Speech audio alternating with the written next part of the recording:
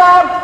উপস্থিত আছেন আজকের প্রধান অতিথি, রাজপথে যে বারবার রক্ত ঝরিয়েছেন আন্দোলন সংগ্রামে বিএনপি স্থায়ী কমিটির অন্যতম সদস্য বাবু গয়েশ্বর চন্দ্র রায়। উপস্থিত আছেন